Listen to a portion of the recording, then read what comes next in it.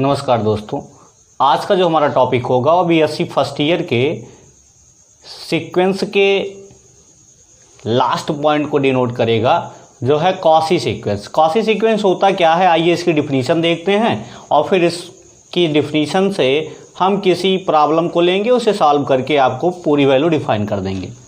देखिए यहाँ पर कहता है कि a sequence n is set to be Cauchy sequence if for any epsilon greater than 0। यहाँ फॉर एनी की वैल्यू कह रहा है। फॉर एनी में मतलब कोई भी आप एक वैल्यू लीजिए जो ग्रेटर देन 0 है। There exit positive integer m0, तब एक पॉजिटिव इंटीजर ऐसा इंक्लूड करेगा such that mod of an minus am is less than epsilon. अगर हम an और am का डिफरेंस निकालेंगे तो वह इप्सिलॉन से छोटा होगा। For all n m greater than और इक्वल m0, जो हमारा n या m होगा वह इस पॉजिटिव इंटीजर से बड़ा होगा, तो उसका डिफरेंस जो निकाला जाएगा वह इप्सिलॉन से छोटा होगा। ठीक, इसी वैल्यू को ऐसे भी हम डिफाइन कर सकते हैं कि mod of an plus p minus an is less than epsilon for all n is greater than m। तो n इज ग्रेटर देन और इक्वल टू m वैल्यू देता है।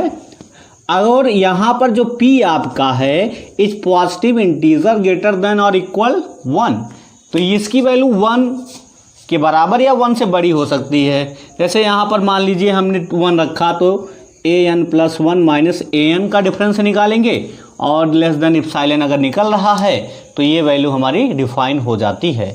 अगर इसे सेटिस्फाई किया, कोई भी सीक्वेंस अगर इसे सेटिस्फाई करता है या इसी बात को ये भी कह रहा है, तो आपका दिया गया सीक्वेंस क्या होगा, वह सीक्वेंस आपका कॉसी सीक्वेंस होगा। ठीक, अगर आपका सीक्वेंस कॉसी हो गया तो आपको कन्वर्जेंट प्रूव करने की कोई ज़रूरत नहीं है, आपको बाउंडेड प्रूव करने की कोई ज़रूरत नहीं है।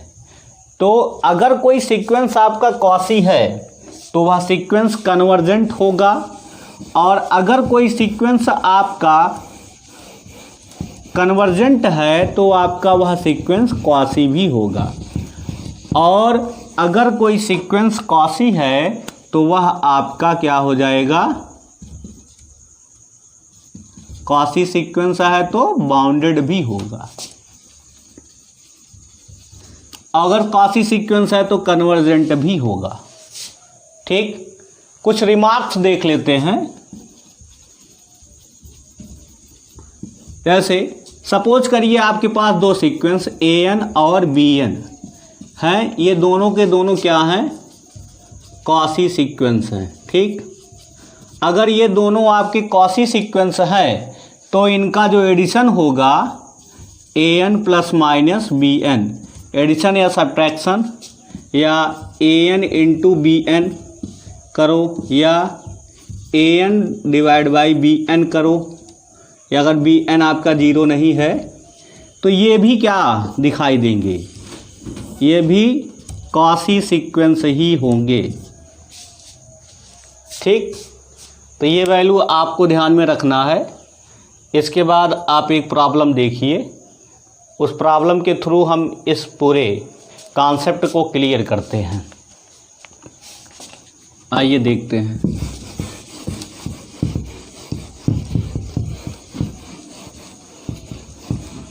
सपोज करिए कि आपको दिया है an इज इक्वल टू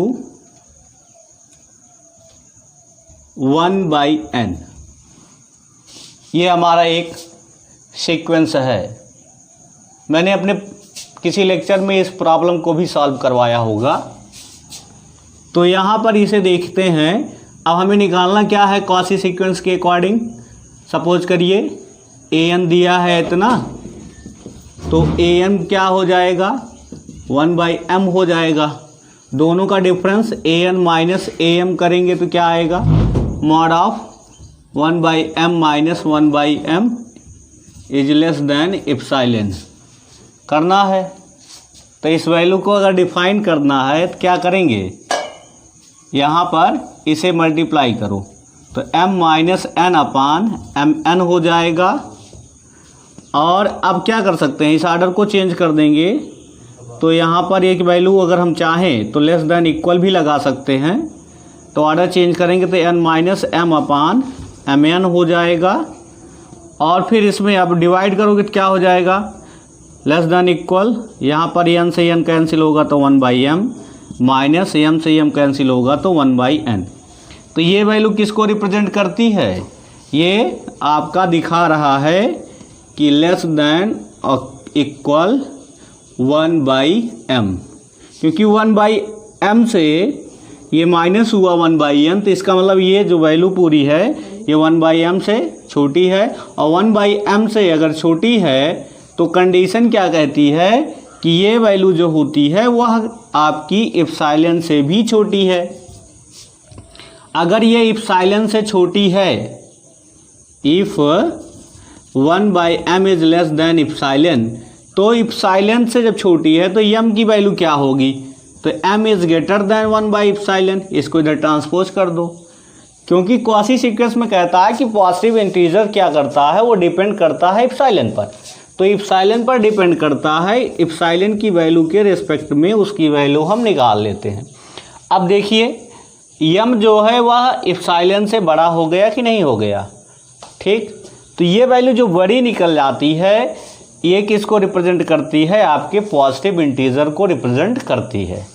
तो इस प्रकार से हम कह सकते हैं कि जो हमारा सीक्वेंस है वह कौन सा सीक्वेंस है, mod of 1/n minus 1/m is less than epsilon. So तो hence the given sequence is a Cauchy sequence. तो आपका जो दिया हुआ सीक्वेंस है वो कॉसी सीक्वेंस हो गया, ठीक। अब यहाँ देखिए ये सीक्वेंस पता चल गया कि कॉसी है, तो इसकी आप ओपन वैल्यू रखोगे तो क्या होगा, 1, 1/2, 1/3, n की वैल्यू 1, 2, 3। आपको पता है डोमेन नेचुरल नंबर होता है। और अब देखिए इसका आपको क्या पता चल गया, सुप्रीमम क्या है इसका 1 है। तो इन्फीमम क्या होगा, इन्फीमम क्या करेंगे, इसकी लिमिट वैल्यू निकालेंगे an की, तो क्या आएगा, limit n tends to infinity पर 1/n की वैल्यू क्या आती है, 0 आती है। तो इन्फीमम 0 निकल गया, सुप्रीमम आपका 1 निकल गया। तो जिसका इन्फीमम और सुप्रीमम पता हो जाता है तो वह सीक्वेंस आपका क्या हो जाता है, बाउंडेड हो जाता है, ठीक। तो ये सीक्वेंस आपका बाउंडेड भी हो गया। और यहाँ देखिए डेफिनेट वैल्यू है, ये फाइनाइट वैल्यू दिखा रहा है। तो फाइनाइट वैल्यू है तो इसका मतलब ये सीक्वेंस आपका कन्वर्जेंट भी है। तो इसे क्या निष्कर्ष निकला कि अगर कोई सीक्वेंस कॉसी सीक्वेंस है तो वह कन्वर्जेंट भी होगा और बाउंडेड भी होगा, ठीक। आइए आज सीक्वेंस से रिलेटेड प्रॉब्लम्स देखते हैं और उस प्रॉब्लम को कैसे सॉल्व किया जाता है, क्या मेथड है, कैसे एग्ज़ाम में क्वेश्चन हम टैकल करेंगे, उसके बारे में थोड़ा सा देख लेते हैं। पहले क्या होता है, क्वेश्चन को आप जो है बड़े ही नॉर्मल ढंग से पढ़िए और क्वेश्चन को पढ़ने के बाद उसको समझने का प्रयास करिए कि क्या कह रहा है। अगर क्वेश्चन में पूछ रहा है जो उसी के बारे में आप जो है सॉल्यूशन के ऊपर ध्यान दीजिए, ये नहीं कि अदर चीज़ मत उसमें इंक्लूड करो। जैसे क्वेश्चन देखिए दिया है कि which of the following is convergent sequence. आपको 4 ऑप्शन दिया है A, B, C और D। तो ये चारों ऑप्शन आपको दिए हैं, चारों में से एक ही ऑप्शन सही होगा, ये नहीं है कि 2 ऑप्शन सही हो जाएंगे। तो ये आपके चारों ऑप्शन दिए रहते हैं और आपको पता क्या करना है, इस पूरे सेंटेंस में कीवर्ड क्या है, कन्वर्जेंट। तो मैंने आपको बताया है कि कन्वर्जेंट निकालने के लिए पहले हम क्या करते हैं, उस सीक्वेंस की लिमिटिंग वैल्यू निकाल लेते हैं। अगर वह फाइनाइट है तो सीक्वेंस आपका कन्वर्जेंट है और नहीं तो डाइवर्जेंट है, ठीक। या आपका सीक्वेंस क्या हो जाएगा, नॉट कन्वर्जेंट। अब देखिए पहले ऑप्शन के ऊपर अगर हम चर्चा करें तो पहले ऑप्शन में देखिए क्या है, an की वैल्यू आपकी दी गई है n, इसका लिमिट निकालेंगे।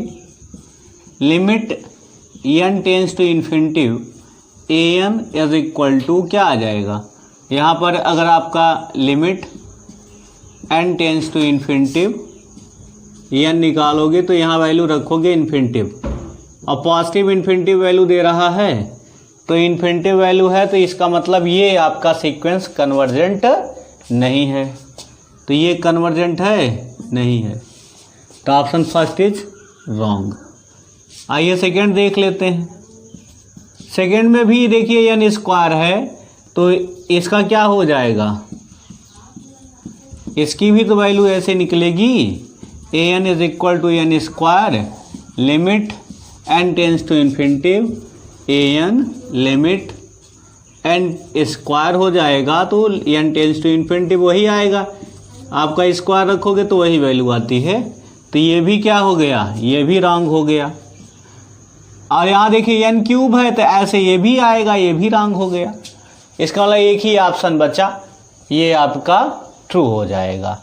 कैसे होगा देखिए, ऑप्शन नंबर डी में देखते हैं, आपका दिया है 1/n²। यहाँ पर ए एन की वैल्यू आपकी क्या है 1/n²। इसका लिमिट निकालेंगे n टेंस टू इन्फिनिटिव पर, तो क्या वैल्यू मिलेगी, limit n tends to infinitive 1/n²। यहाँ रखोगे 1/इन्फिनिटिव की वैल्यू क्या आती है 0। ये क्या है, ये फाइनाइट है।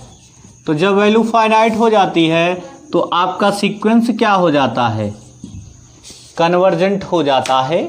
तो इस प्रकार से ये जो दिया गया सीक्वेंस आपका है डी वाला ऑप्शन, ये आपका कन्वर्जेंट है, बाकी सारे क्या हैं, डाइवर्जेंट हैं।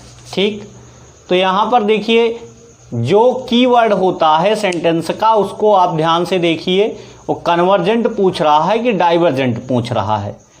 तो अगर कन्वर्जेंट डाइवर्जेंट में आपको कोई डाउट है तो आप तब नहीं निकाल पाओगे, पहले आपको वैल्यू क्लियर होनी चाहिए कि क्या क्वेश्चन पूछ रहा है। ठीक, तो इस प्रकार से आप जो है क्वेश्चन को पहले पढ़िए, ऑप्शन को गौर करिए और उसके बाद आप सॉल्व करिए, और सॉल्व करने के बाद आप उस पर टिक लगाइए। ठीक, तो आइए नेक्स्ट क्वेश्चन देखते हैं। देखिए क्वेश्चन दिया है कि if a n is equal to -1n upon n, then option a limit n tends to infinitive a two n is equal to 1, limit n tends to infinitive a two n is equal to -1, option c limit n tends to infinitive a two n is equal to 0, और option d दिया है limit n tends to infinitive a two n is equal to infinitive. आपको sequence दिया है और पूछ रहा है कि इन चारों ऑप्शन में से कौन सा ऑप्शन आपका सही है, तो इसकी अप्रोच कैसे जाएगी। देखिए यहाँ 2n 2n 2n 2n है, कहने का मतलब आपको ए एन दिया है तो ए 2n पहले निकालेंगे, फिर उसके बाद उसकी लिमिट निकालेंगे। अगर लिमिट उसकी जो भी आएगी इन चारों में से, वही आपका ट्रू हो जाएगा। ठीक, तो देखिए इसका सॉल्यूशन देखते हैं। तो here a n is equal to -1n upon n, यहाँ पर a टू n निकालेंगे तो क्या होगा -1n अपॉन 2n। ठीक, तो आपको पता है पावर इवन आएगा तो 1/2n हो जाएगा। ठीक, अब यहाँ पर लिख सकते हो since -1/2n is equal to 1। अब इसकी लिमिटिंग वैल्यू निकालते हैं, तो आएगा क्या, limit n tends to infinitive a two n is equal to, यहाँ पर limit n tends to infinitive 1/2n, यहाँ वैल्यू रखेंगे तो क्या होगा 1/2 इंटू इन्फिनिटिव 1/इन्फिनिटिव, 1/इन्फिनिटिव की वैल्यू क्या होती है 0, तो यहाँ पर 0 आ गया। तो किस ऑप्शन में है 0? देखिए ऑप्शन नंबर सी में 0 है, तो इसका मतलब option number c is right. तो इस प्रकार से ऑप्शन नंबर सी आपका राइट हो जाएगा। ओके, आइए देखते हैं नेक्स्ट क्वेश्चन। आइए देखते हैं नेक्स्ट क्वेश्चन। इस क्वेश्चन में कह रहा है कि which of the following is quasi sequence. ये कौन सा सीक्वेंस आपका क्वासी सीक्वेंस है? अभी देखिए हमने क्वेश्चन सॉल्व किया पहला, तो उसमें क्या था, एन स्क्वायर एन क्यूब, ये सारे ऑप्शन दिए थे, ये सारे डाइवर्जेंट को रिप्रेजेंट कर रहे थे। तो ये सारे डाइवर्जेंट को रिप्रेजेंट कर रहे थे, तो ये क्वासी सीक्वेंस नहीं थे। तो इसका ऑप्शन नंबर डी जो होगा वो हमारा क्वासी सीक्वेंस होगा। तो क्वासी सीक्वेंस होने के लिए क्या होना चाहिए? कन्वर्जेंट होना चाहिए। क्या यह सीक्वेंस हमारा कन्वर्जेंट है? आइए देखते हैं। तो एन की वैल्यू का यहाँ पर देखेंगे क्या दिया है, n+1 अपान n। ऑप्शन डी की चर्चा कर रहे हैं। यहाँ इन्फिनिटिव, यहाँ इन्फिनिटिव, यहाँ इन्फिनिटिव आएगा। कहने का मतलब ट्रिक क्या है कि अगर नोमिनेटर में n है तो आपका सीक्वेंस कभी भी कन्वर्जेंट नहीं हो पाएगा। अगर नोमिनेटर में n है और डिनोमिनेटर में क्या है, 1 है। ठीक, यहाँ पर भी नोमिनेटर में n है, इसका मतलब ये भी नहीं है, लेकिन इसको सॉल्व करेंगे तब पता चलेगी। ठीक है, तो यहाँ पर देखिए अगर इसे सॉल्व करोगे तो क्या आएगा, 1+1/n। ठीक, इसका हम लिमिटिंग वैल्यू अगर निकालेंगे तो क्या आएगा, limit n tends to infinitive an limit n tends to infinitive 1+1/n। यहाँ वैल्यू रखोगे क्या होगा, 1+1/इन्फिनिटिव, तो यहाँ क्या हो जाएगा, 1 + 0 = 1। ये फाइनाइट वैल्यू है। तो इसका मतलब ये सीक्वेंस क्या है, कन्वर्जेंट है। अब मैंने आपको एक वैल्यू बताया था कि अगर कोई सीक्वेंस कन्वर्जेंट है तो वह क्वासी सीक्वेंस है, अगर क्वासी सीक्वेंस है तो वह कन्वर्जेंट है। तो इसका मतलब कन्वर्जेंट है तो क्वासी होगा, तो इसका मतलब ये option number D is right. और अगर कहीं ऑप्शन दिया होता बाउंडेड की कंडीशन, तो जब सीक्वेंस क्वासी हो जाता तो वो आपका क्या हो जाता, बाउंडेड भी हो जाता।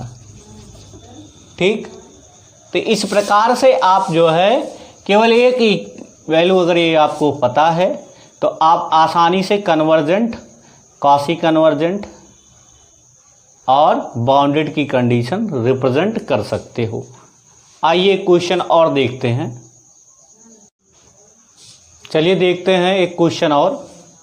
क्वेश्चन में कह रहा है कि the sequence 1/n is, option number first unbounded and convergent, option number second b bounded and convergent, option c bounded and divergent, option d divergent. तो इसमें ये चीज़ें आपसे पूछ रहा है कि इसमें से कौन सा ऑप्शन आपका सही होगा एक ही आपको पता है, तो इसमें से कौन सा होगा। तो आपको इसमें से क्या क्या चीज़ें पता होनी चाहिए सीक्वेंस के बारे में। आपको पता होना चाहिए बाउंडेड के बारे में, अनबाउंडेड के बारे में, कन्वर्जेंट के बारे में और डाइवर्जेंट के बारे में। ठीक, तो बाउंडेड सीक्वेंस अगर कोई है तो वो अनबाउंडेड नहीं होगा, अगर कोई सीक्वेंस कन्वर्जेंट है तो वह डाइवर्जेंट नहीं होगा। देखिए एग्ज़ाम में अगर आपके पास समय भी नहीं है तभी आप कैसे उसे लगा सकते हो। देखो यहाँ अनबाउंडेड है तो कन्वर्जेंट होगा, नहीं होगा, तो ये तो ऑप्शन रॉन्ग हो गया। अगर कोई बाउंडेड है तो कन्वर्जेंट होगा, हो सकता है, तो ये ऑप्शन सही हो सकता। बाउंडेड है तो क्या वह डाइवर्जेंट होगा, नहीं होगा, कभी नहीं होगा। अगर डाइवर्जेंट है तो सीक्वेंस कभी कन्वर्जेंट नहीं होगा। तो एग्ज़ाम में आप ऑप्शन को देखकर भी सही कर सकते हो। तो कोई सीक्वेंस अगर बाउंडेड है तो कन्वर्जेंट होगा, तो ये हो सकता है ऑप्शन सही। इसका कोई कम्बिनेशन ही नहीं होगा, इसका और इसका कोई कम्बिनेशन नहीं होगा, तो इसका मतलब ऑप्शन ए और सी तो पहले से ही डिस्कार्ड कर सकते हैं। तो आपके पास बचा क्या, ऑप्शन बी और ऑप्शन डी। तो अगर हम जो है पहले डाइवर्जेंट पता कर लें कि डाइवर्जेंट है या कन्वर्जेंट है, तो आपको पता चल जाएगा पूरे सीक्वेंस का सॉल्यूशन। ठीक है, तो हम पता करते हैं कि हमारा सीक्वेंस कन्वर्जेंट है। तो यहाँ देखिए आपका सीक्वेंस an दिया है 1/n, यहाँ पर an की वैल्यू 1/n है। तो limit n tends to infinitive an पर क्या आ जाएगा, limit n tends to infinitive 1/n। आपको पता है कि ये वैल्यू क्या देता है, 0। तो 0 देता है तो ये फाइनाइट, तो फाइनाइट है तो ये आपका सीक्वेंस कन्वर्जेंट है। तो जब सीक्वेंस कन्वर्जेंट है तो ये सीक्वेंस हमारा बाउंडेड भी हो जाएगा, क्योंकि ऑप्शन में और कोई कन्वर्जेंट का तो ऑप्शन दिया नहीं है, या यहाँ पर एक केवल ऑप्शन जैसे डाइवर्जेंट का दिया है वैसे केवल कन्वर्जेंट का दिया होता तो कन्वर्जेंट वाला भी सही हो जाता। अच्छा, ये बाउंडेड है, कैसे इसे रिप्रेजेंट करेंगे, आप इसकी वैल्यू ओपन करिए। an की वैल्यू अगर ओपन करोगे तो क्या होगा, डोमेन में 1 2 3 4 ऐसे रखते चले जाओगे तो ये वैल्यूज आती रहेंगी। तो ये वैल्यूज आ रही है तो इसका सुप्रीमम क्या है,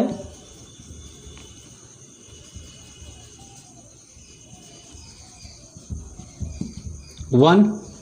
इसका इन्फीमम क्या है,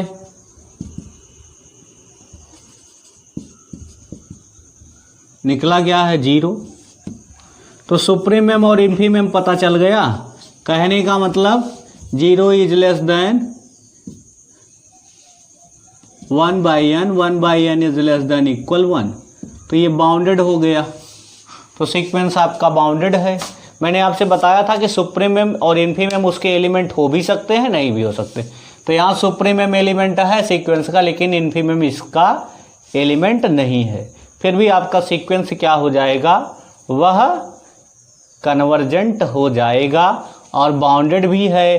तो आपका सीक्वेंस जब कन्वर्जेंट है, बाउंडेड है, तो option number b is right. Okay, तो इस प्रकार से भी आप क्वेश्चन को जो है सॉल्व कर सकते हो। तो आप ऑप्शन को अगर गौर से देखोगे तो कुछ ऑप्शन अपने आप डिस्कार्ड हो जाते हैं।